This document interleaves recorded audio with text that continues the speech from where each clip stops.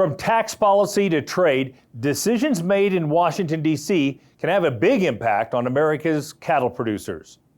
That's why the National Cattlemen's Beef Association works year-round to make sure producers' voices are heard on Capitol Hill. And joining me now from Washington is Ethan Lane, Senior Vice President of Government Affairs for NCBA. Ethan, with the federal government still shut down, what are the biggest concerns right now for cattle producers? Well, now that we're over the 1 month mark with this government shutdown, this is the part of these types of problems where we start to see some real service delivery impacts from the federal agencies. You know, we have a little bit of inertia in any of these situations where there are some pockets of funding, some things that are residual that allow some of these programs, if the administration, as part of their shutdown plans, allows these things to continue, that they can continue delivering service in some areas. Obviously, we're seeing that with meat inspection and quality grading and all those things that we rely on from USDA. But, you know, we've had problems with FSA office closures and the ability for producers to get work done there, you know, whether it be servicing their loan in some regard or releasing funds or signing up for disaster programs or getting other work done.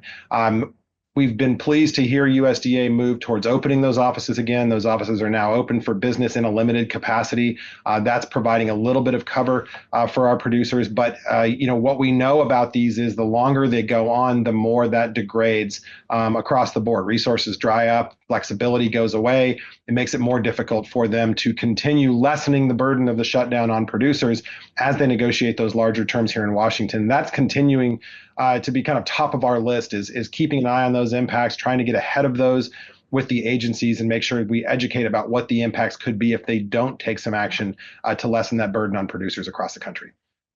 So when Washington stalls, it can create uncertainty back home.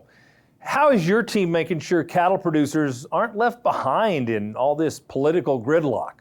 Well, first and foremost, it's keeping those members of Congress and the administration educated about what our industry needs to be successful in this environment. We're in a really unique spot. We have basically the only good market in agriculture right now to talk about. So we're up there on Capitol Hill having conversations with lawmakers about all of the things that they're doing right now because of this shutdown that could disrupt a market that's been very positive for cattle producers across the country. We have low cattle supplies, obviously, and we've talked endlessly about the need to rebuild that herd and the headwinds that we're experiencing there. But we're also talking about that strong consumer demand. We're talking about the fact that prices have remained strong for our product because it's so high quality, because consumers are responding to it. So a lot of our work right now is helping Capitol Hill and the administration understand what's at stake here if they fumble, if they don't execute this properly, if they let this go on so long that we start to see serious disruptions to the U.S. cattle and beef supply chain.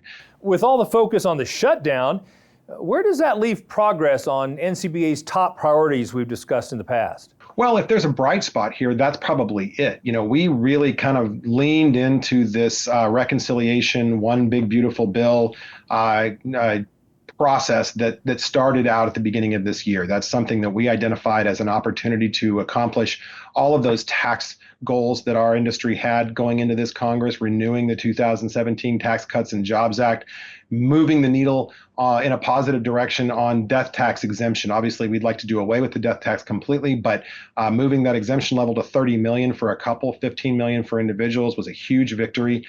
Preserving all of those critical tax provisions that our producers rely on to navigate the federal taxation and build their businesses and acquire new equipment and expand and do all those things they need to do.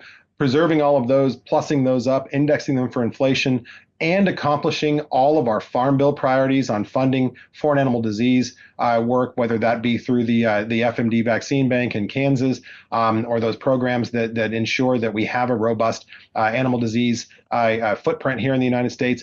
We were able to accomplish all of those in that big package earlier in the year, and that really frees us up from having a lot of must-pass legislative priorities in this environment where it's very, very difficult during this shutdown to get any new business done. So that really allows us to focus on direct impacts to producers and what we need to do to navigate this thing and keep the supply chain and our producers' pocketbooks in good shape. Well, thank you, Ethan, for everything you and your team are doing on behalf of U.S. cattle producers.